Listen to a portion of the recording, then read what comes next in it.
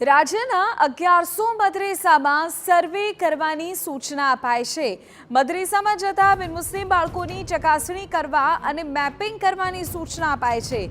રાજ્યના તમામ ડીઈઓને મહત્વપૂર્ણ કામગીરી સોંપવામાં આવી છે। પ્રાથમિક શિક્ષણ વિભાગને પત્ર લખીને જવાબદારી સોંપવામાં આવી છે। રાષ્ટ્રીય બાળ આયોગના હુકમ સંદર્ભે જાણકારી મંગાવાઈ છે।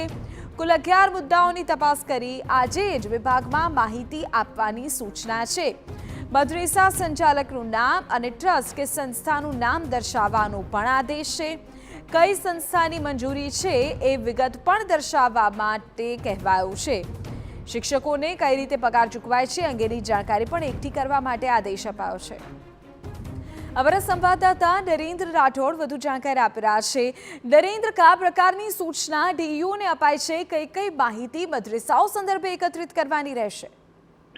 જી, રાજ્યમાં હાલ કુલ 1100 કરતા પણ વધારે મદરેસાઓ કાર્યરત છે અને આ મદરેસાઓના સર્વ માટેનો એક મહત્વપૂર્ણ હુકમ જે છે એ રાજ્યના તમામ જિલ્લાના જે જિલ્લા શિક્ષણ અધિકારીઓ છે એમને કરવામાં આવ્યો છે। રાષ્ટ્રીય બાળ આયોગના હુકમના સંદર્ભમાં રાજ્યના શિક્ષણ વિભાગ દ્વારા આ હુકમ કરવામાં આવ્યો છે અને એમાં મદરેસા કઈ સ્થિતિમાં ચાલી રહી છે, શું કઈ એમાં અભ્યાસ કરવામાં આવી રહ્યો છે, શિક્ષકો કયા પ્રકારના છે, એમને પગાર કેવી રીતના ચૂકવવામાં આવી રહ્યો છે, એ સહિતની તમામ બાબતો સંદર્ભની અંદર સર્વે કરવામાં આવશે। મહત્વપૂર્ણ છે કે કેટલીક જગ્યાઓ પર એ બાબતો પણ આપણે સામે આવી જોઈ હતી કે જ્યાં મદરેસાઓમાં બિન મુસ્લિમ બાળકો અભ્યાસ કરી રહ્યા છે, તો જે તે મદરેસામાં કેટલા બિન મુસ્લિમ બાળકો અભ્યાસ કરી રહ્યા છે એ સહિતના કુલ 11 મુદ્દાઓ નક્કી કરવામાં આવ્યા છે।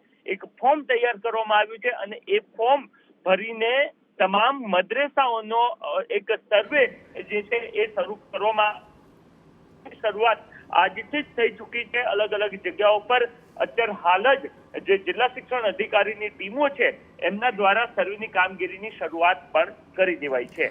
ઓકે નરેન્દ્ર, આભાર આ તમામ વિગતો બદલ। તો હવે જે પ્રકારે અમારા સંવાદદાતાએ જાણકારી આપી, બિન મુસ્લિમ બાળકો કેટલા છે, કઈ રીતે પગાર ચૂકવાય છે, ક્યાં ચાલે છે, આ તમામની માહિતી એકત્રિત કરવાની રહેશે।